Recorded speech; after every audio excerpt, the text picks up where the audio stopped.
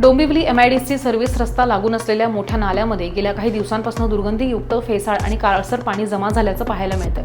विशेष म्हणजे हे पाणी वाहून जात नसल्यामुळे त्यामध्ये डासांचीही उत्पत्ती मोठ्या प्रमाणात होतीये आणि यातनं MIDC पाण्याच्या मोठ्या पाईपलाईन्स आणि त्याच्यावरचे व्हॉल्व्ह आहेत, त्यामुळे जर का गळती झाली तर हेच घाण पाणी पाईपलाईनमध्ये मिक्स होण्याची सुद्धा शक्यता आहे। एकंदरीतच हा नाला इथल्या नागरिकांच्या आरोग्यासाठी चिंताजनक बनलाय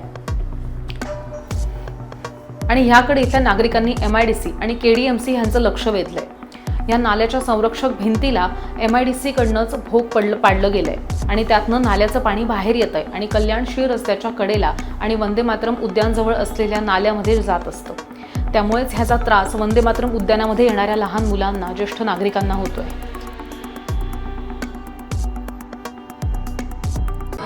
तर आज सकाळी उठल्यानंतर मी पाहिलं की आमच्या घराजवळ जो नाला आहे मोठा, तो नाला पूर्णपणे भरलेला असून या ठिकाणी एवढा घाणेरडं पाणी कधी नसतं।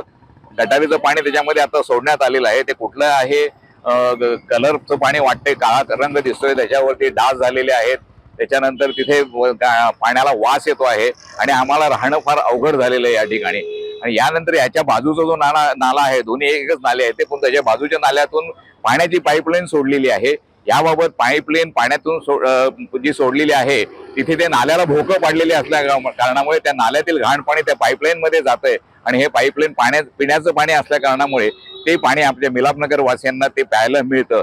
आणि अशा प्रकारच्या तक्रारी MIDC कडे करून देखील MIDC ने याकडे दुर्लक्ष केलेलं आहे। अद्याप साधारणपणे 1.5 वर्ष होऊन गेलं की आम्ही यावर तक्रार करतोय की ते नाल्याला पडलेली भोकं आहे, ते भोगदे मुजवा आणि हे जे खड्डे पडलेले आहेत ते तुम्ही बंद करा, असं आम्ही त्यांना सांगून देखील अद्याप त्याबाबत काही करण्यात आलेलं नाहीये। यामुळे आरोग्याला धोका निर्माण झालेला आहे।